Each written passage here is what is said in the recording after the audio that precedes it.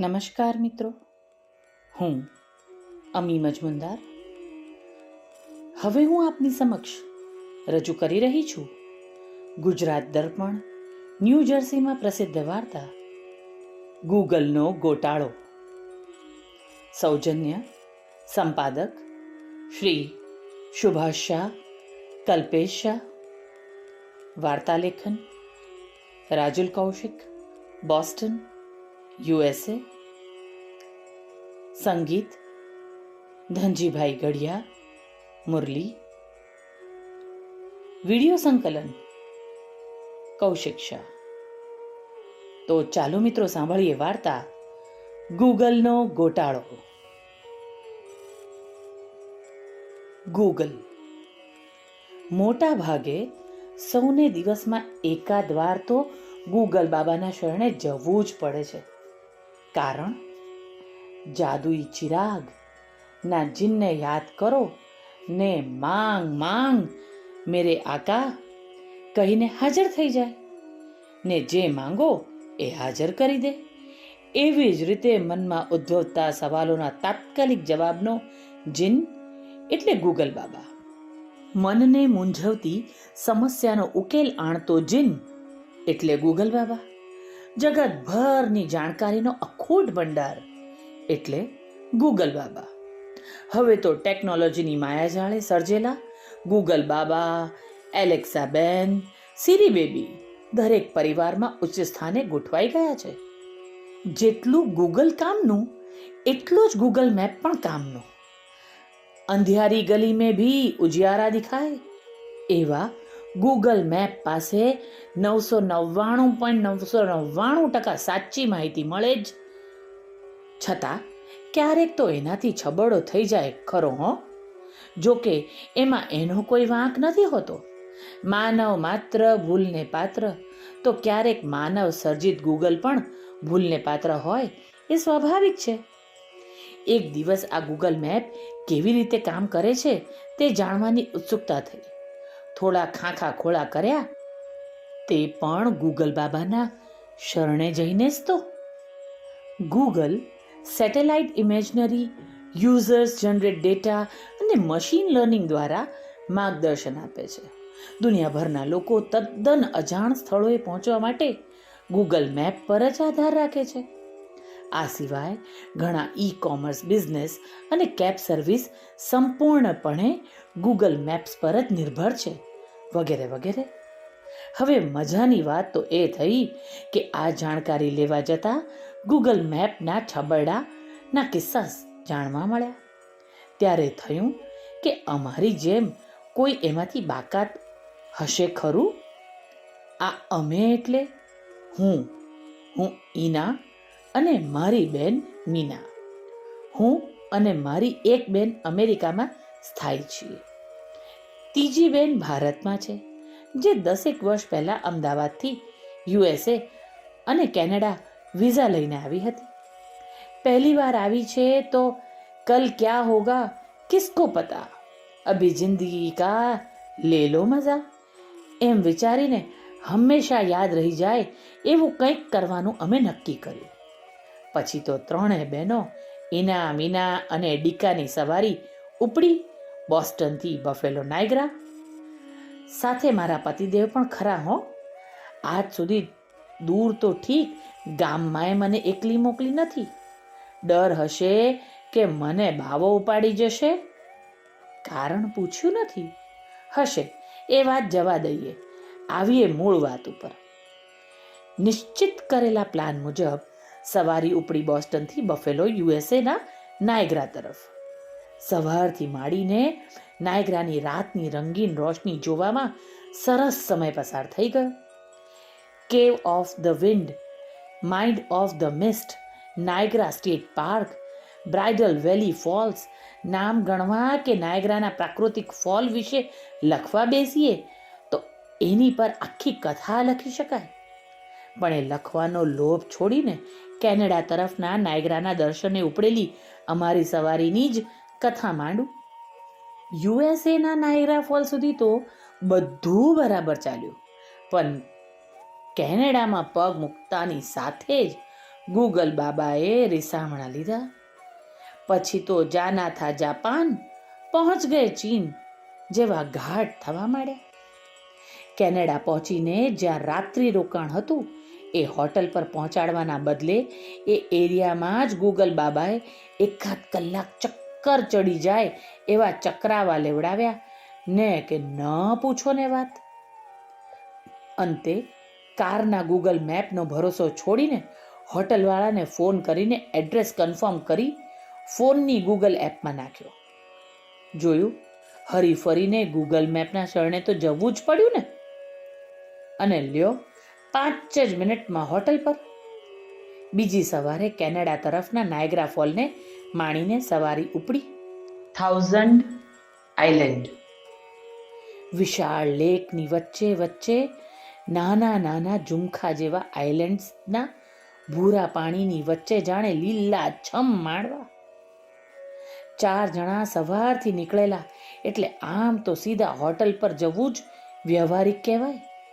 મારા પતિદેવનો આગ્રહ પણ હતો કે એકવાર હોટલ પર પહોંચીને ફ્રેશ થઈને જ્યાં જવું હોય ત્યાં જઈએ. પણ ત્યારે સ્કૂલના વેકેશનમાં જે મુક્તપણે મજા કરતા એવી મજા માણી લેવી હતી. એટલે 3 બહેનો ઇનામીના ડીકા આઇલેન્ડ વ્યવહારિકતાનો આ આઇલેન્ડ મૂકીને નીકળેલી. એટલે પતિદેવના કહેવા છતાં સીધા હોટલ પર ધરાર ન જ ગયા. ઉત્સાહી ઇનામીના ડીકા હજુ મહિનાના લાંબા દિવસોમાં જેટલું ફરી શકાય એટલું ફરી લેવાના હોટલ સુધી રસ્તામાં આવતા fort henry royal military college જોઈને જ જવાના મૂડમાં હતા. કારણ કે એ એક જ દિવસ હતો અહીં ફરવાનો. બીજા દિવસે કિસ્ટિંગથી ઉપડતી થાઉન્ડ આઇલેન્ડની 3 કલાકની ફેરીનું બુકિંગ હતું. ઇનામીના ડીકાએ ધાર્યું જ કર્યું. ફોર્ટ હેનરી પર ચાર્જિંગ ઓફ ગાર્ડ્સ સેરેમની જોઈ. આ બકિંગહામ પેલેસની ચેન્જિંગ ઓફ ગાર્ડ્સની ઓફિશિયલ સેરેમની નહીં, પણ અહીં આવતા મુલાકાતીઓ માટે એક આકર્ષણ રૂપ એક પ્રક્રિયા હતી. સેરેમની પૂરી થઈ પછી અમે સૌ ગાર્ડ સાથે નિરાતે વાતોએ વળગ્યા. સાંજે 6 વાગ્યાથી રાત્રે 9 વાગ્યા સુધી જલસો માણી લીધો અને પછી શરૂ થયો જરા જુદો જલસો. આગલી રાતની જેમ ગૂગલ મેપે એવા તો રૂસણા લીધા કે આ વખતે તો જાના થા જાપાન પહોંચ ગયે ચીનના બદલે જાના થા જાપાન પહોંચ ગયે ઈરાન જેવો ઘાટ થયો. અરે બાપ રે! રાત્રે 1 વાગ્યે કિસ્ટિંગનથી 70 માઇલ દૂર કોઈ જંગલ જેવી જગ્યાએ જોઈને your destination is at your left કહીને કાર ઊભી રહી. 3 બહેનોથી કોરસમાં બોલાઈ ગયું. એમણે બુક કરાવી હતી એ હોટલ નહીં, પણ કોઈ લોકલ પબ હતું. માર્યા ઠાર! વળી ઇનામીના ડીકાનો કોરસ. કારણ કે સમજાઈ ગયું કે સાંજના 6 થી 9 વાગ્યા સુધી જે પેટ પકડીને હસ્યા એ હસવામાંથી ખસવું અને ફસવાનું થયું છે. એ તો ખરું જ, સાથે પતિદેવની ડાપણભરી પ્રેક્ટિકલ સલાહ ન માની એના માટે જે શાબ્દિક ટપલા પડશે એ પણ સાંભળવા પડશે. એ જુદા. મેં તો કહ્યું જ તું ને, પણ મારું સાંભળે છે કોણ? પતિદેવ વાચ હશે. જે થયું એ થયું, પણ ઇનામીના ડીકા 3ને બહુ જ મજા આવી. પણ અહીં તો મજા આવી એટલું બોલવામાં જોખમ હતું. જોકે અત્યાર સુધી જે ખડખડાટ હસવાનું ચાલ્યું હતું એ મોં દાબીને તો ચાલુ જ હતું. અંતે ફરી એકવાર હોટલ પર ફોન કરીને લોકેશન માંગ્યું તો ખબર પડી કે ચેક ઇન સમય પહોંચ્યા ન હતા, એટલે બુકિંગ કેન્સલ કરીને બીજાને આપી દીધું હતું. માર્યા ઠાર! વળી 3નું ફૂસફૂસાતું કોરસ. મેં તો કહ્યું જ તું ને, પણ મારું સાંભળે છે કોણ? ફરી પતિદેવ વાચા. વળી હોટલવાળાને વિનંતી કરી, હશે ભાઈ, તને જે ઠીક લાગ્યું એ કર્યું, પણ લોકેશન તો મોકલ જેથી અમે કાસ્ટિંગન સુધી પહોંચી શકીએ. Sure, I will do that, but do not expect any room from us, as tomorrow there is a big rally in Kingston, કહીને લોકેશન મોકલ્યો. ચાલો કમ સે કમ કિંગસ્ટન સિટી સુધી તો પહોંચી જઈએ એટલે ગંગા નાયા. રાત્રે 2 વાગે કિંગસ્ટન સિટી પહોંચ્યા ખરા. હવે જો હોગા સો દેખા જાયગા કહીને એક પછી એક હોટલ પર ચક્કર મારવાનું શરૂ થયું. આમ તો કિંગસ્ટન સિટી ખોબામાં સમાય એવું સાવ નાનકડું, તોય લગભગ 90-95 જેટલી હોટલો છે. આપણો ક્યાંક તો ગજ વાગશે ને, મીના ઉવાચ. બીજા દિવસે શરૂ થતી ટ્રેથલોન રેલીના લીધે રેલીના રસિયાઓએ 6 મહિના પહેલાં અહીં બુકિંગ કરાવી લીધું હતું. એક હોટલની રિસેપ્શનિસ્ટે તો વળી એમ પણ કહ્યું હતું કે ma'am, now you have only one option, park your car in any public parking lot and spend your night in the car. હે? વળી કોરસ. મેં તો કહ્યું જ તું ને, પણ મારું સાંભળે છે કોણ? પતિદેવ વાંચે. એ વખતે પતિદેવના આંખ નાક કાનમાંથી જે ધુમાડા નીકળતા હતા એ જોઈને સરસ મજાની ઠંડી રાત, કારનું એસી, એ બધું ચાલુ, તોય 3 બહેનોને પરસેવો વળવા માંડ્યો. અંતે છેલ્લો પ્રયાસ કરી લેવાનું વિચારીને એક હોટલ પર ઊભા રહ્યા. રૂમ જોઈએ છે. સામે ઇન્ડિયન લાગતી રિસેપ્શનિસ્ટને વિનંતી કરી. Your name please. જાણે 32 કોઠે દીવા પ્રગટ્યા.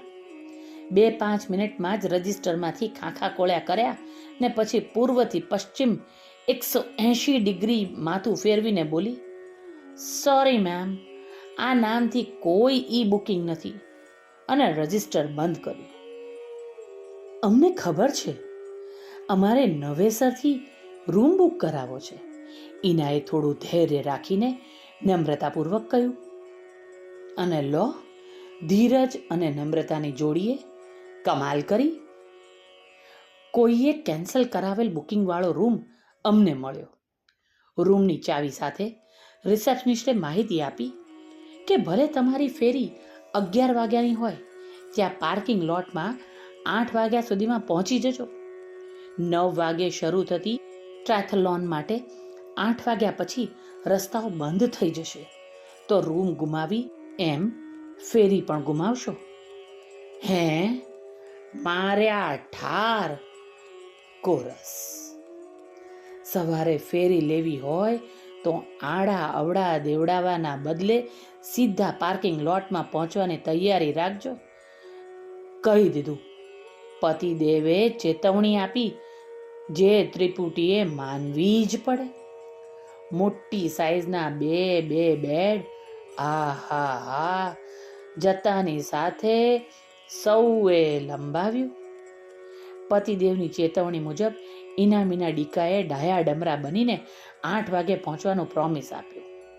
મજબૂરીના માર્યા મહાત્મા બન્યા વગર ચાલે એમ ક્યાં હતું? જોકે અનાયાસે ટ્રેથલોન જોવાનો જે લાભ મળ્યો એનાથી સૌ એકદમ ખુશ. એ 2 કલાક ટ્રેથલોન 3 કલાકની થાઉન્ડ આઇલેન્ડની ફેરીની યાદ કરતાંય ઈનામીના ડીકાને વધુ યાદ રહી ગયેલો ગૂગલ મેપનો ગોટાળો અને એમાંથી નિષ્પન્ન થયેલું પેટ દુખી જાય એવું હસવાનું. આ વાત પતિદેવથી ખાનગી છે હો. અસ્તુ. વાર્તા લેખન રાજુલ કૌશિક, બોસ્ટન, USA.